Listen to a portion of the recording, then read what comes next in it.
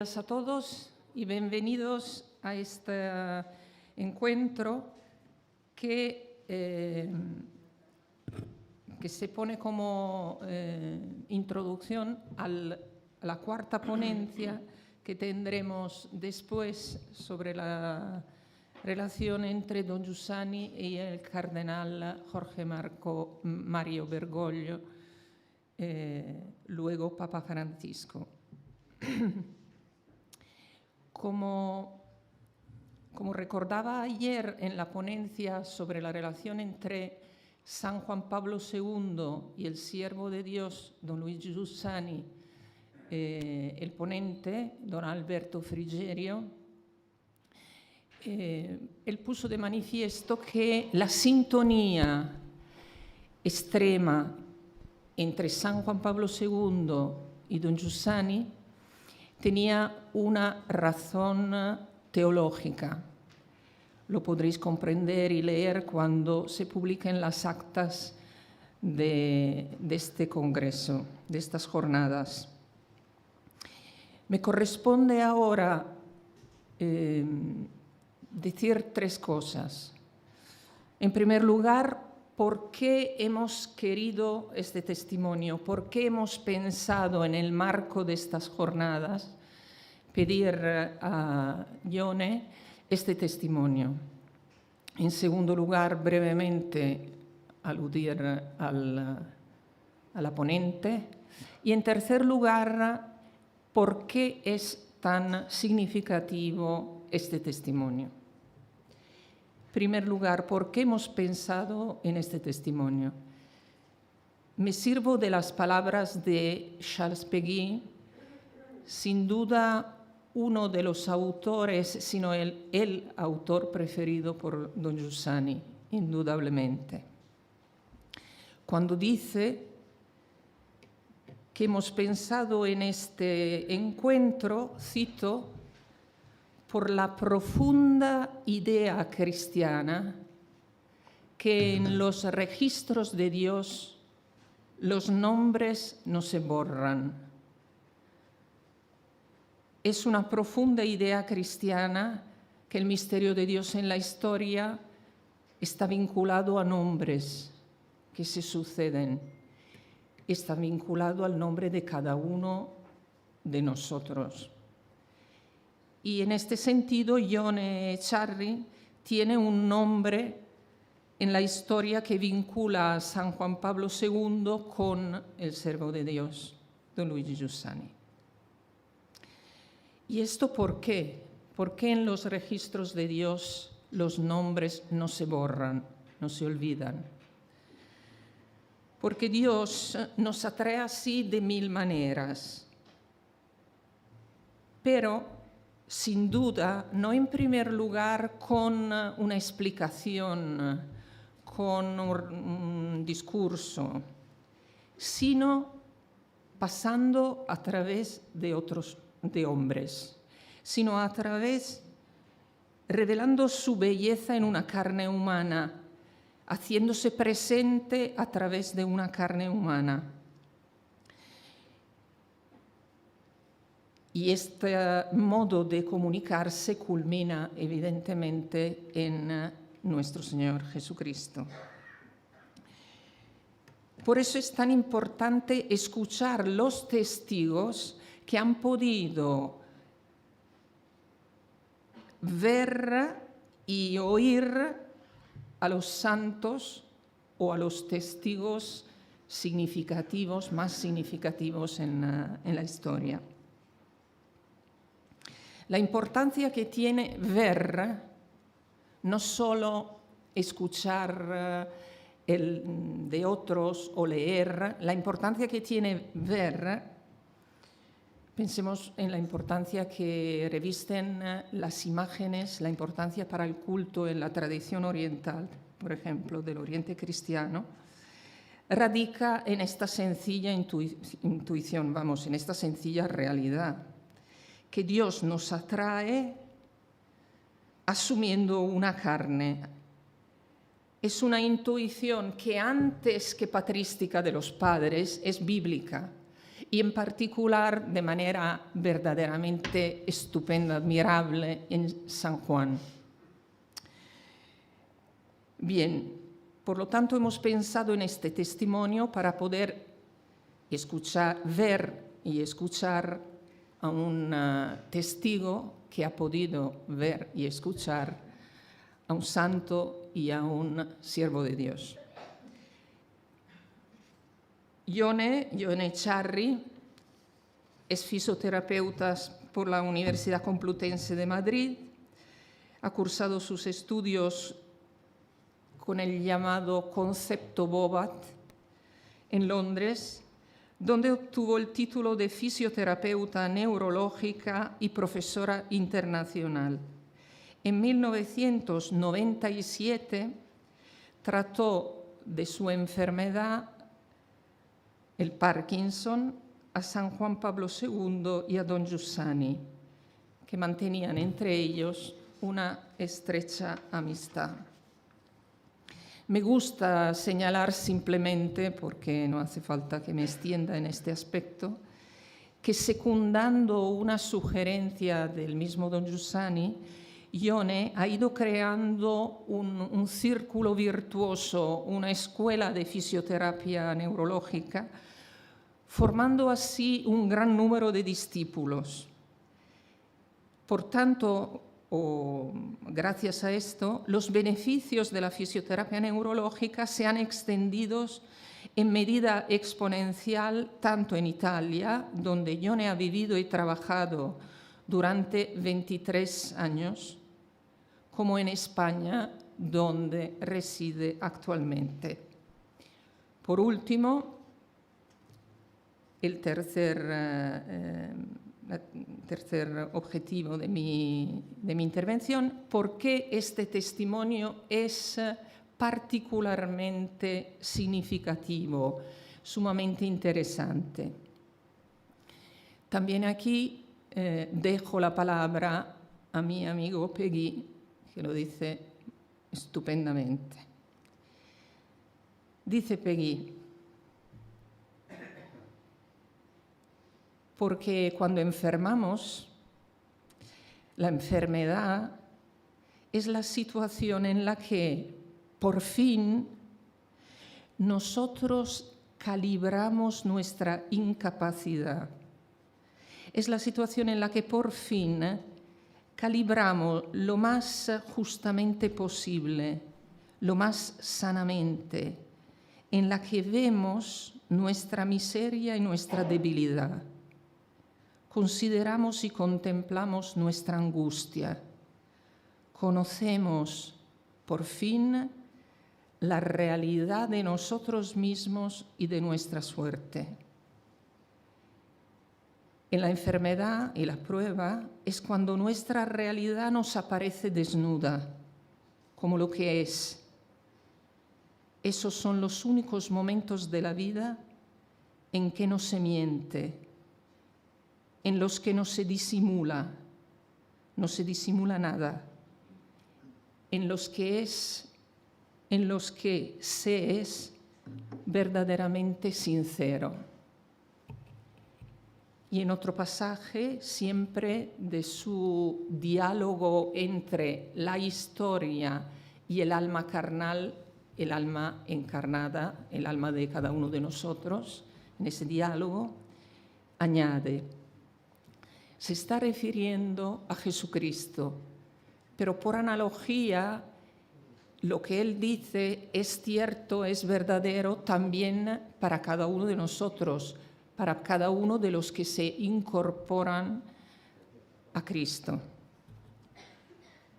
Dice: en su propia carne de hombre, Jesús acababa de conocer qué es la debilidad y qué es la incapacidad de toda carne de hombre.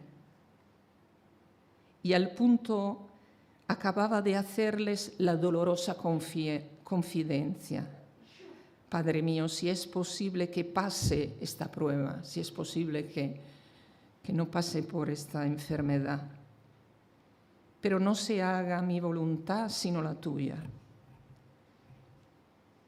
La suya no era una enseñanza de cátedra, era un hombre que hablaba a otros hombres. No era una enseñanza ex cátedra, era una comunicación, una revelación de hombre a hombre, de un pobre ser a otro pobre ser. Era, en fin, una comunicación de experiencia personal. Nos aprestamos a escuchar un testimonio personal que concierne a este momento particular de la experiencia humana de dos hombres que han marcado sin duda el siglo XX. Un testimonio particular porque se refiere a la prueba del sufrimiento y la enfermedad que, como acabo de leer, Peggy, con su expresión extrema, dice que son los únicos momentos de nuestra vida en la que no mentimos, no disimulamos y somos totalmente sinceros. Paso la palabra al ponente.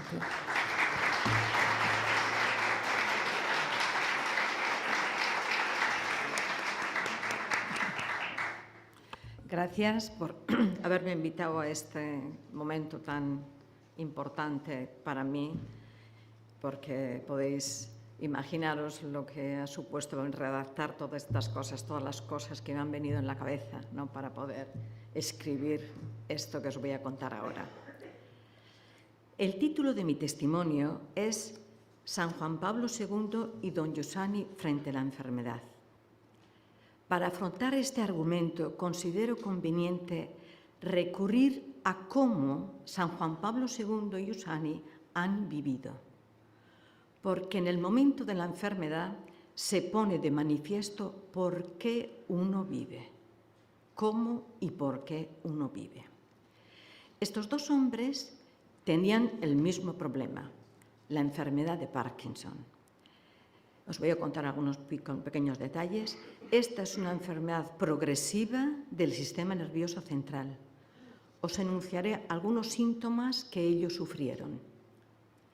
Lentitud en los movimientos, alteración de la postura y del equilibrio, rigidez muscular que en muchas ocasiones provocaba dolor, temblor y cambios en la expresión de la palabra, etc. Tengo que deciros que la fisioterapia ni cura ni frena la enfermedad, pero el tratamiento es importante para aliviar los graves síntomas que provoca la enfermedad en los músculos y en las articulaciones. Empezaré hablando de don Giussani porque es el centenario de su nacimiento y porque con él encontré la fe. Don Giussani fue un hombre sorprendido, seducido y atrapado para siempre por el acontecimiento de Cristo. Este encuentro dominó toda su vida y fue el motivo de su existir. Vivir y testimoniar la belleza que le había llamado y a la que él con tanta pasión respondió es lo que hoy después contaré. Esta pertenencia recorría transversalmente toda su existencia y lo que más agradezco de mi relación con él es ver delante de mis ojos el espectáculo poco común de un hombre unido, que es la característica más importante de lo que prometió Jesús, el 100 por 1 aquí. Unido en todo, hasta en las situaciones más dramáticas, donde se manifestaban la debilidad y el dolor de las que luego hablaré. Por eso quiero manifestaros algunos aspectos de su vida cotidiana que muestran con claridad lo que él era, es decir, su autoconciencia. El tratamiento de fisioterapia de don Giussani empezó gracias a una amiga que se llama Carmen Giussani. Ella vino a mi clínica y vio el tratamiento que hacía a mis pacientes neurológicos. Cuando fui a Milán, le explicó a don Gius lo que había visto y le dijo: creo que esta terapia puede ser buena para ti. Don Giussani a los pocos días me llamó y me dijo: ¿por qué no vienes a tratarme un fin de semana? Era el año 1994. Las primeras veces quise que le tratara mi profesora de Londres. Era una gran profesional reconocida a nivel internacional.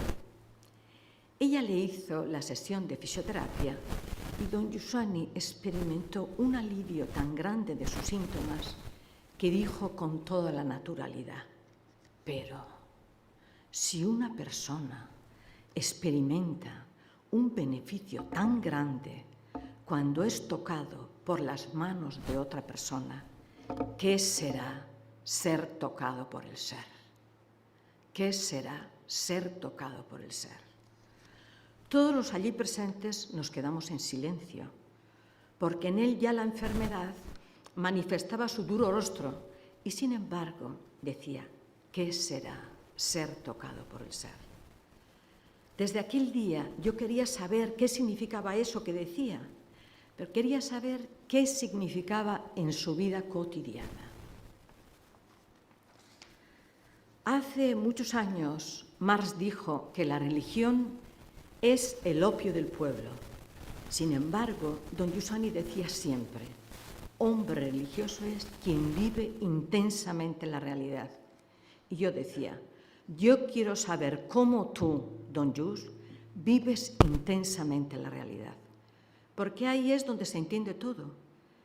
Y observando día tras día, empecé a ver cosas sorprendentes. El primer elemento que quería resaltar es cómo me sorprendió el modo con que él se levantaba cada mañana. Es lo primero que me sorprendió, cómo este hombre se levantaba por la mañana. Era conmovedor. Él se levantaba por la mañana como uno que estaba a la espera de los hechos que iban a suceder y de los cuales, a pesar de su ancianidad, tenía mucho que aprender. Me decía: Ione, abre la ventana, porque tenemos que entender qué es lo que tenemos que aprender hoy. Esto es. Después de varios días de oír aquello: Ione, abre la ventana, abre la ventana.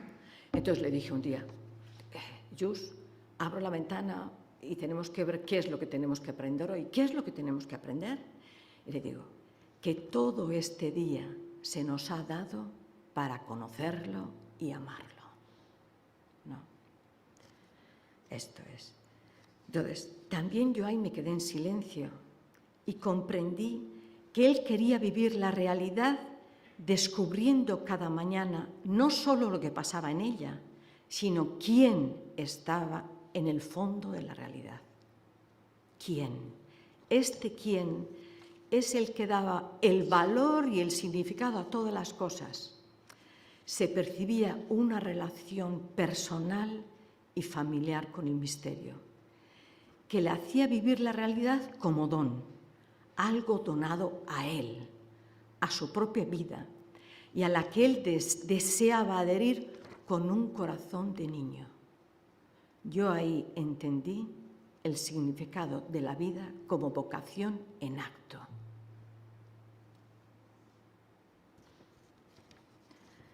El segundo momento, el momento de la comida, cómo él estaba en la mesa.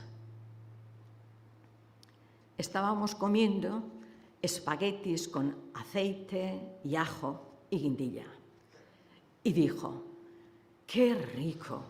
Que en italiano se dice ¡qué bondad! Él se quedó pensativo y dijo: pero yo, ¿cómo podría decir qué bondad si no existiera una bondad en el origen? Y dijo: por eso, para adherir al Señor, el Señor nos ha dotado de una característica que es fundamental: el gusto, el placer. Quien no tiene una educación al gusto y al placer, es decir, a la correspondencia en la adhesión al misterio, no puede ser libre. Lo que más me llamaba la atención es que todo esto sucedía con una gran espontaneidad, se veía que estas cosas surgían de su autoconciencia, de algo que estoy por decir que casi no podía contener. Hasta en la comida se percibía que además de nosotros existía para él otro huésped con mayúscula, y esto le hacía gozar todavía más de la comida.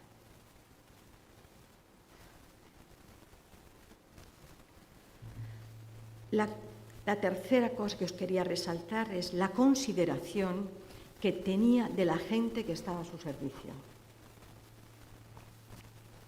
Se despertó un día y le dijo a su secretaria: reúne a todos los que están en la casa.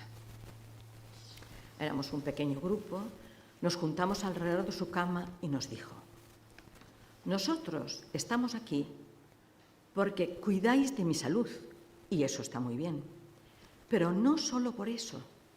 Nosotros estamos aquí para ayudarnos a escuchar la voz que está dentro de lo que hacemos. Cuando esto sucede, cambia el aire. Es como cuando yo voy al mar. Cambia el aire porque está el mar. Desde aquel día tomé más conciencia de que el mar era el Señor del universo presente allí, dentro de lo que hacíamos. Esta conexión con tal Señor me abrió de par en par la relación con las personas que teníamos la tarea de cuidarle. Y me abrió también las puertas del mundo. Dentro de aquellas 4 paredes me di cuenta de que lo que hacía tenía que ver con el bien del mundo, gracias a un testigo que nos manifestaba que el mar estaba allí.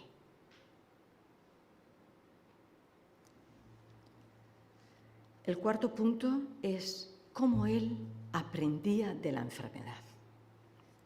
Un día, dirigiéndose a mí con una mirada muy aguda, diría más bien pilla,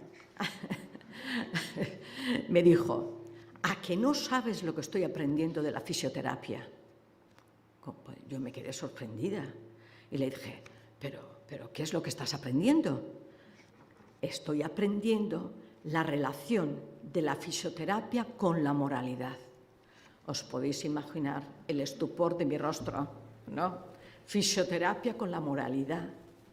Me dijo: cuando Marco Bersanelli, que es un amigo astrofísico, me habla, percibo que me habla de un macrocosmos. Sin embargo, cuando tú tratas mi cuerpo, percibo un microcosmos, compuesto por partes minúsculas, donde cada parte funciona en armonía perfecta con las demás. Cada parte del cuerpo actúa para cumplir su función en función del todo. Si se mira parcialmente, puede parecer que es justo lo que es desordenado. Se considera el cuerpo como algo mecánico. Sin embargo, el punto de vista moral de la fisioterapia es el orden de cada parte en función de la totalidad. Y después dijo: el principio del valor del cuerpo y del espíritu es idéntico. Es una analogía perfecta con la moral.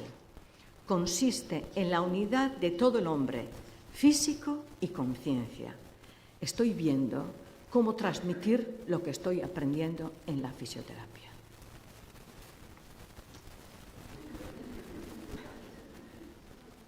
Yo me quedé atónita, ¿no?, viendo que aquel hombre vivía todo, hasta las cosas más pequeñas, en relación con la verdad última. Era un hombre cuya razón no se quedaba en la apariencia, sino que se abría de par en par al descubrimiento último que daba significado completo a todo lo que vivía. Yo, que era fisioterapeuta desde hace varios años, no podía imaginar ni por lo más remoto lo que él percibió. El quinto punto es cómo él respondió en un momento determinado a una pregunta muy importante que le hice. Viendo todos estos aspectos que os he dicho, estos aspectos de su vida, un día me armé de valor y le hice esta pregunta decisiva. ¿Cómo puedo yo vivir con la intensidad con la que tú vives? Él me miró muy seriamente y me dijo, pero con voz alta, tú tienes que tomar la iniciativa, que tu vida sea una relación personal con Cristo. Es decir, debe vivir la memoria y que Él invada todos y cada uno de los aspectos de tu vida. Y te aseguro que si tú vives la memoria, tendrás la misma intensidad de vida que tengo yo. Quiero resaltar que don Giussani muy pocas veces usaba la palabra debes, pero en esta ocasión, para indicarme la seriedad y la gravedad de lo que me decía, usó decididamente esta palabra debes. Me decía, mira, Ione, que el pobre de espíritu es el hombre decidido y tú debes decidir. Yo, madre mía, al oír estas palabras, a partir de aquel momento se dio un paso en mi vida.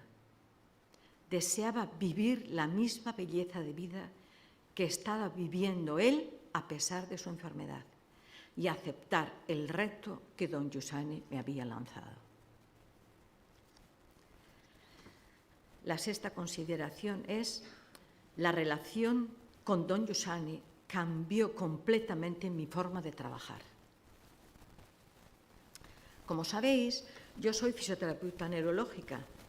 Trataba pacientes que han sufrido problemas muy serios, por ejemplo, parálisis de un hemicuerpo o de los dos, ¿no? Pero es verdad que algunos con el tratamiento recuperaban bastante bien, no todos, pero bastante bien sus capacidades funcionales y podían desarrollar una vida bastante normal. Esto comportaba por parte de los pacientes y familiares un agradecimiento enorme. Te veían casi como un semidios. Y viendo la importancia de mi trabajo para la persona, don Giussani un día me hizo una pregunta radical. Me dice, oye, Ione, ¿tú quién piensas que es más agraciado? ¿Tú que realizas ese trabajo o uno que está 8 o 10 horas en una cadena de montaje? Yo me quedé callada y me dijo, te he puesto en dificultad, ¿verdad? Pues es más agraciado el que está en la cadena de montaje, porque si no hiciera memoria, se pegaría un tiro. En realidad, don Just no se refería al trabajo en sí, pero quería expresar claramente la importancia de vivir la memoria. Para él era una cuestión de vida o muerte. Quería decir que la memoria no es una opción, sino una vocación. Quería mostrarme que el valor del trabajo no está solo en el hacer, sino en el pertenecer. El pertenecer precede al hacer. Por eso me decía, esto es muy importante, la satisfacción de la jornada empieza no cuando iniciamos el trabajo, sino un minuto antes de entrar, donde uno toma conciencia de lo que le ha sucedido, del acontecimiento que le ha traído, y entonces, solo entonces, es cuando uno toma conciencia de sí mismo. Desde entonces, os confieso que antes de abrir la puerta de mi clínica me decía, entro en un lugar sagrado. Era consciente que a través de la memoria él entraba en aquel lugar y percibía con claridad que su presencia tenía que ver con todo lo que ocurría en el ambiente de trabajo y no solo. Aquellas 4 paredes se dilataban al mundo. Esto que puede parecer quizás poco concreto, pero para mí fue concretísimo. Imaginaros personas jóvenes, padres que nunca tendrán un hijo como el que tenían antes del accidente. Sin embargo, yo podía estar delante de ellos, haciendo un camino con ellos, sosteniendo su esperanza, porque sabía que también aquello había sido redimido por aquel que estaba presente allí. Cuántas desilusiones, cuántas frustraciones, cuántas noches sin dormir me ahorró aquello.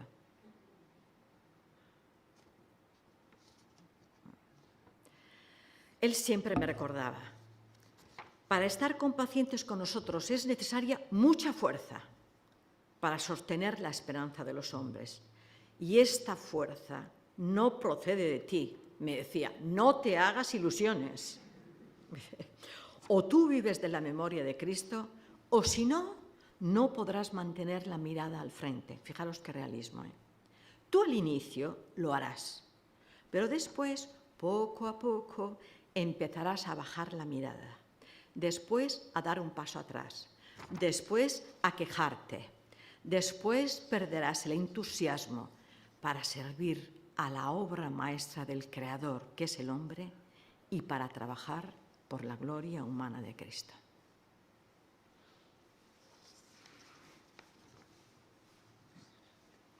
Sí. El séptimo cosa que os quería tomar en consideración es el valor del instante. A medida que pasaba el tiempo, yo veía la obra que estaba haciendo en él. Es curioso, veía la obra que el misterio estaba haciendo en él. Y él afinaba cada vez más su conciencia. Se iba haciendo más profunda. Un día, don Giussani estaba hablando del valor del instante. Decía, todo instante es para la eternidad. Yo le pregunté, ¿pero cómo se vive eso? Si, por ejemplo, veo una persona una sola vez, o la persona con la que me encuentro es precisamente aquella con la que tengo más dificultades, que me provoca dolor, que puede ser en la familia, en el trabajo, etc. Y él me contestó una cosa preciosa que nunca olvidaré. La persona que está delante de ti, me dijo, tiene el mismo corazón y tu mismo destino. El destino se ha manifestado a ti porque te ama, pero ama también a la persona que tú encuentras, aunque te produzca dolor. Si con esta conciencia tu mirada abraza a esa persona, cuando os encontréis en el paraíso, vendrá corriendo a tu encuentro y te abrazará. Porque en un momento determinado de su vida, tú le has mirado como Cristo le mira ahora.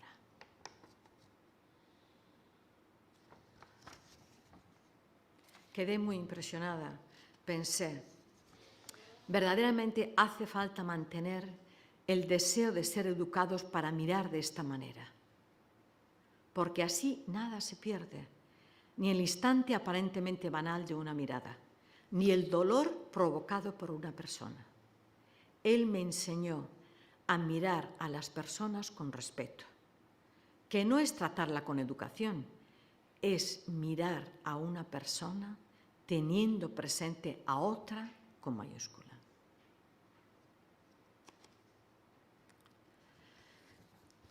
El octavo punto es cuando ya empezaron a aparecer los primeros límites en la expresión de la palabra. Era el año 1997. Don Giussani siempre predicaba los ejercicios de la fraternidad en directo, pero empezó a tener dificultades en la dicción y en aquella ocasión decidió grabarlos en vídeo. Estábamos delante un grupo de personas porque no le gustaba hablar solo delante de la cámara. Quería hablar también delante de nosotros para ver si nos llegaba lo que decía o no. No, le era muy pillo y entonces quería saber nuestras caras a ver si nos entendíamos o no. Y él, al terminar la exposición, nos dijo, ¿cómo ha ido? Y nosotros todos entusiastas, estupendo, fenomenal. Y no nos dejó seguir. Ya no nos dejó seguir adelante. Nos dijo, no podéis entender. No podéis entender. ¿Pero qué es lo que no podemos entender?, le dijimos. Y él nos dijo, no podéis entender, porque en este tiempo Dios me está dando mucho, pero mucho, mucho. Pero me quita la expresividad y hace bien, porque si no me convertiría en un hombre orgulloso.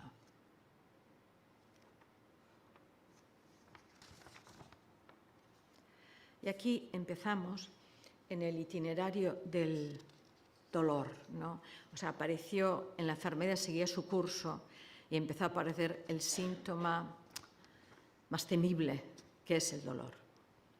Sin embargo, don Giussani decía, Dios permite el sufrimiento para que la vida sea más vida. La vida sin sufrimiento se empequeñece, se encierra. Pero en algunos momentos el dolor era fuerte y duraba mucho. Yo a veces me ponía triste porque no sabía cómo ayudarle, pero él me dijo, no estés triste, porque también esto es positivo. Pienso que es el modo de participar en la pasión de Cristo, porque Él también era un hombre como yo.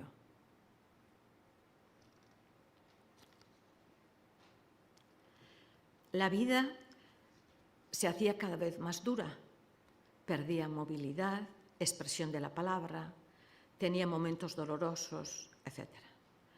Pero no rebajó en ningún momento su estatura humana. Sus exigencias del corazón seguían siendo vivas. Quería vivir intensamente las circunstancias diciendo sí al misterio. Sabía que él las había atravesado y las había vencido. Por eso decía, si Dios, decía él, Dios no solo muestra su amor cuando nos da cosas buenas, sino también cuando permite cosas desagradables.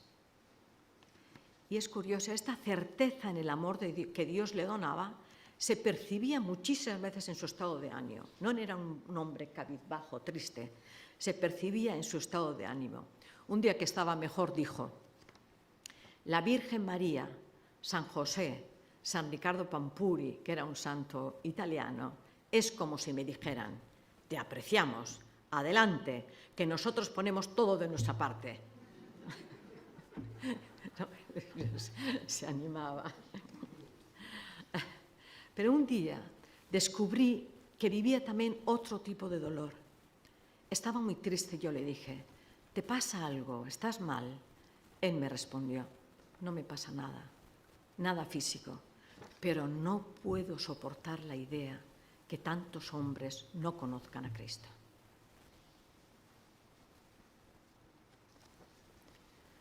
Como él vivía por Cristo y en Cristo, pude comprobarlo el último día de su santo, San Luis Gonzaga. Él ya estaba bastante mal y me dijo, en esta situación ya tengo poca vida, pero hasta el último respiro mi primer sentimiento es la gratitud, porque esta vida proviene de él. Me dejó pensativa. Lo normal en mi vida profesional es oír situaciones en las que se dice esta vida no es vida, para vivir así mejor morir, etc.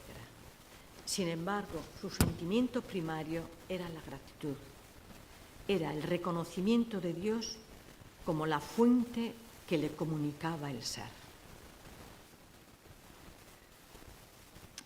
Otro momento clave para entender quién era Cristo para él fue en un periodo de off. O sea, en el Parkinson es muy común lo que se llaman periodos de off y on, ¿no? De repente estamos así como Carmen y yo aquí y de repente, sin previo aviso, es como si la persona se quedara sin batería. Se queda estática, fija, y así no se sabe cuándo puede volver. Así puede estar media hora, 2 horas, 3 horas, no se sabe, ¿no? Eso. Cuando él salió de ese trance, yo le dije, cuando estás así te tienes que sentir muy solo. Y él me respondió, no, yo no estoy nunca solo, porque Cristo es el compañero indivisible de mi yo. Cristo es el compañero indivisible de mi yo. Quise custodiar en mí todos los días de mi vida estas palabras que Él me dijo. Pero llegó un día decisivo que a mí me marcó mucho. 4 meses antes de morir. Pasó un día muy duro.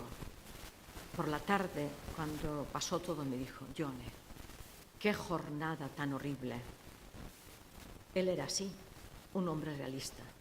Pero inmediatamente después dijo: pero si esta jornada la vivo con la tensión de atravesar estas circunstancias que el misterio permite, tengo la certeza indomable, fijaros qué palabras, tengo la certeza indomable que caminaré mejor y más deprisa hacia el destino que un día veré.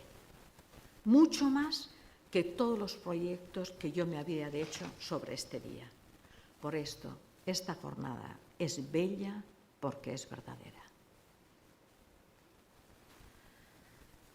Como podéis imaginar, decir esto después de un día tan terrible, y no era el único, pude verificar cómo vivía la vida como ofrecimiento, con una confianza ilimitada en el designio del Padre. Intuía que el encuentro definitivo estaba ya cerca y, mientras tanto, aceptaba su voluntad, sabiendo que todo era para su bien y deseando ardientemente colaborar con la redención de Cristo. Ahora, después de esto, que me cuesta un poco, paso a comunicaros algunos momentos significativos de mi vida con el Papa. Tengo que deciros que al principio no fue fácil. El Papa hacía la fisioterapia por indicación médica, pero lógicamente, con todas sus responsabilidades, se le notaba que le costaba dedicar ese tiempo. Las primeras veces verdaderamente me impresionaba pasar de Vallecas allí, pues era en 12 días, que no me dio tiempo ni de... Entonces fue impresionante. Verdaderamente era un hombre que imponía, ¿no? Era el Papa. Al principio, cada vez que tenía que ir a tratar al Papa, me invadía una cierta preocupación. Pero tengo que deciros que no demasiada, porque en mi experiencia he podido constatar que cuando Dios llama a realizar una tarea, da también los medios necesarios para cumplirla. De todas maneras, antes de entrar a hacerle el tratamiento de fisioterapia, me ayudaba mucho a hacer memoria, recordar lo que este hombre había proclamado delante del mundo entero. Cristo es el centro del cosmos y de la historia. Y cuando gritó con toda la fuerza de su autoridad, no tengáis miedo. Yo añadiría, Cristo es el centro del cosmos, de la historia y de su persona. Era impresionante verle. Cuando le observaba, tenía la clara percepción de que él estaba delante de alguien con mayúscula, casi como si se pudiera tocar la presencia de otro. Allí sucedía algo especial y era tan verdadero que cuando salía me invadía una leticia. Sé que esta palabra no se usa en castellano, pero Carmen me ha dicho que se puede traducir por una alegría sosegada, ¿no? Sí, eso es. Esto es. Algo que me sucedía a mí y me sorprendía. Pero me di cuenta que no era solo un sentimiento, sino una experiencia que me empujaba a vivir más intensamente las cosas que después tenía que afrontar. La memoria de lo que allí sucedía seguía iluminando mi vida. Y esto no solo me sucedía a mí, también sucedía a otros. Tuve la ocasión de comprobarlo muy directamente en la segunda Asamblea Especial para Europa del Sínodo de los Obispos, en octubre de 1999, al que fuimos invitados mi marido Carras y yo. Cuando asistimos a las sesiones conjuntas, donde éramos aproximadamente unas 300 personas, se percibía la atención con la que el Papa escuchaba. Entonces, fijaros, ya tenía 79 años. Pero después descubrí que no le bastaba con esto. Él quería conocernos a todos. ¿Y cómo lo hizo? Invitándonos a comer. Todos los días comía con 12 o 13 personas. En aquella comida estábamos 12 hombres y yo.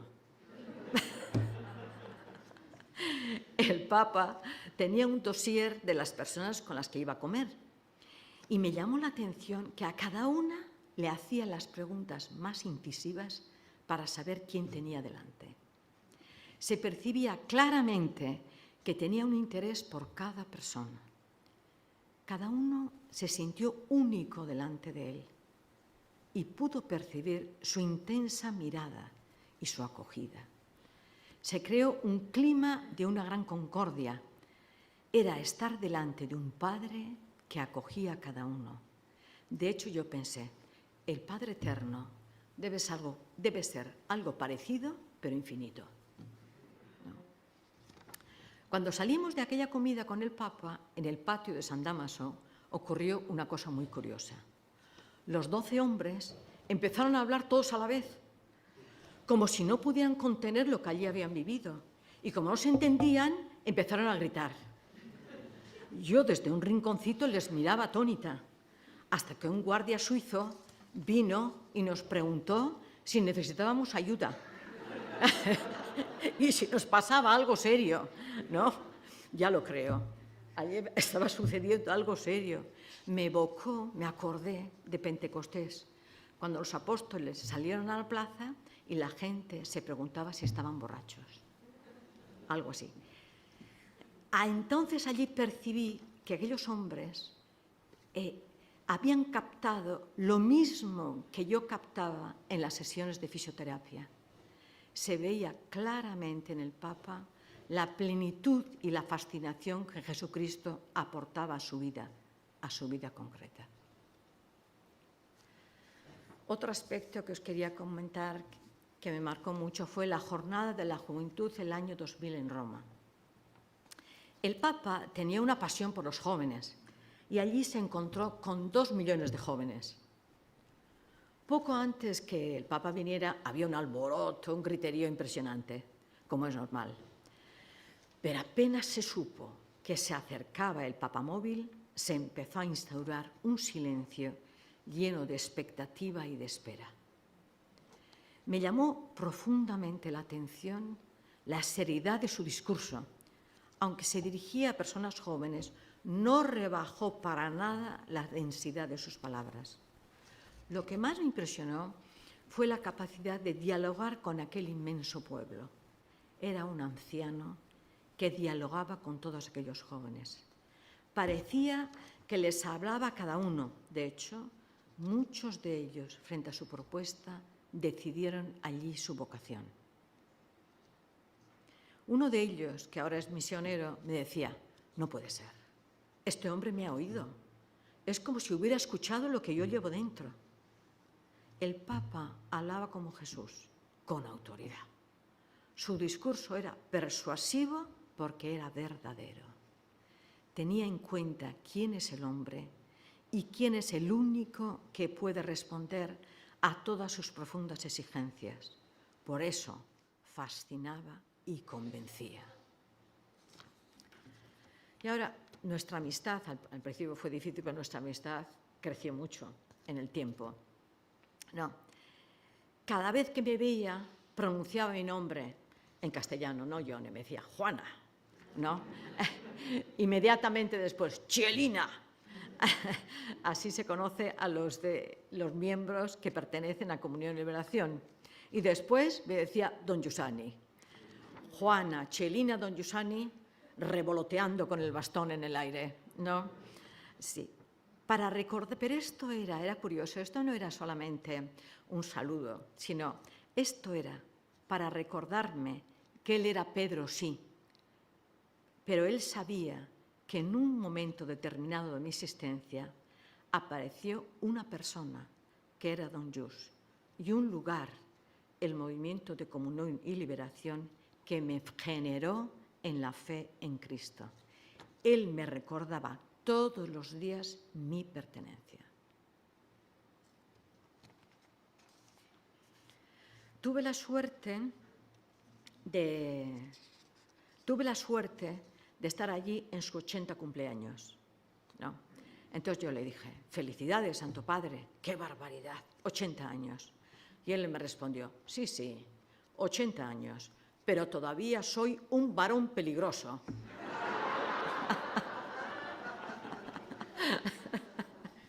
Sí, bueno, era impresionante. Y es verdad, era muy consciente de lo que se le había dado, de lo que había recibido. Cristo, que es la vida misma. Una vida que ningún poder de este mundo le podía arrebatar. Por eso era un varón peligroso. Era una persona irreducible y, sin embargo, esperanza cierta para los hombres de corazón sincero. Y aquí un día ya íbamos creciendo cada vez más en nuestra amistad y le hice una pregunta que también me marcó definitivamente. Un día le pregunté, Santo Padre, ¿cómo hizo usted para vivir la situación tan grave, primero con la dominación alemana y después con la dominación rusa?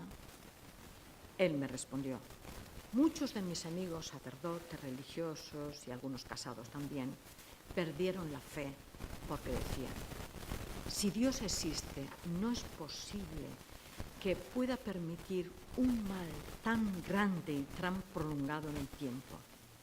Sin embargo, para mí fue todo lo contrario. Me dije, ¿qué potencia tiene que tener Cristo para abrazar todo ese mal tan grande y tan prolongado en el tiempo, subirse a la cruz y redimirlo? Por eso, quien eleva la mirada a tal Redentor, vence. Yo soy un vencedor.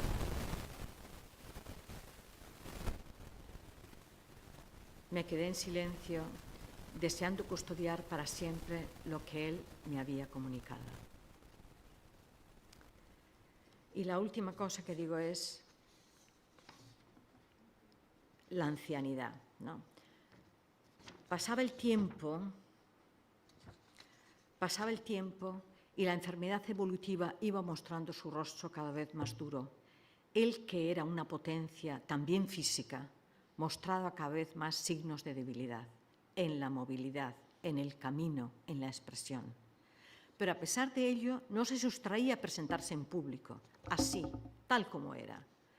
Porque el Papa no se anunciaba a sí mismo, como hacen muchos políticos, sino que su persona era el signo que anunciaba una realidad más grande que él.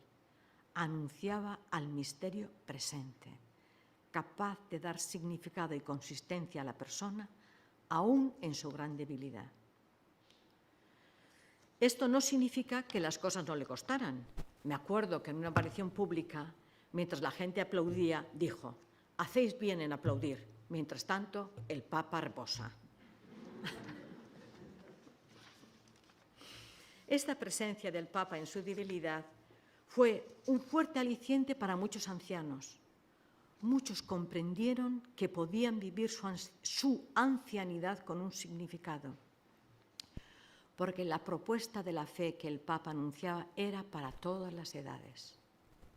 La enfermedad avanzaba y en febrero de 2005 empezaron a aparecer serias crisis respiratorias.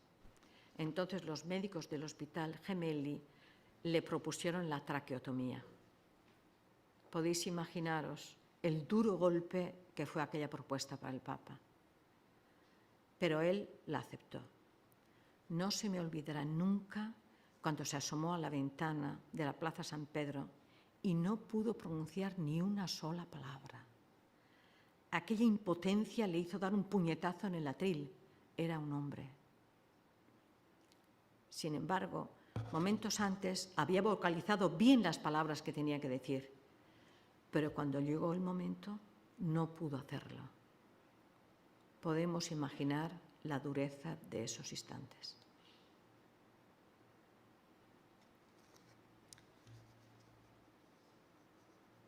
Termino diciendo que estos hombres eran grandes, pero en el transcurso del tiempo se hicieron todavía más grandes, diciendo sí al misterio.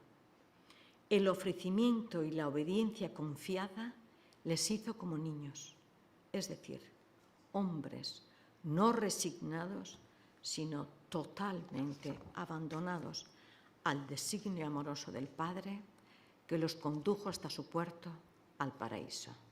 Nada más.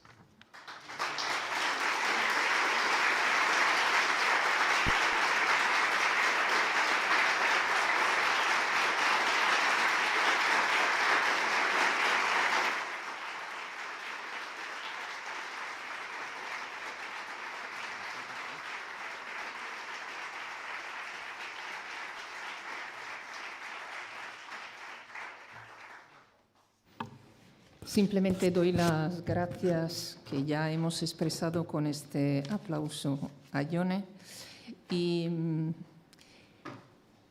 por el camino que nos queda a nosotros, que vamos detrás de estos grandes hombres, me gustaría recordar personalmente y llevarme qué será ser tocado por el ser, sí. Todos entendemos el episodio que ha contado Ione, porque ser tocado por el ser es precisamente ver y escuchar y seguir a estos hombres que siguen estando entre nosotros, porque el ser se toca siempre en una carne, que es la de Cristo. Y también que gracias a tu testimonio, también para nosotros ahora es más fácil que el primer sentimiento que nos acompañe siempre en la salud y en la enfermedad sea la gratitud para poderlos vivir.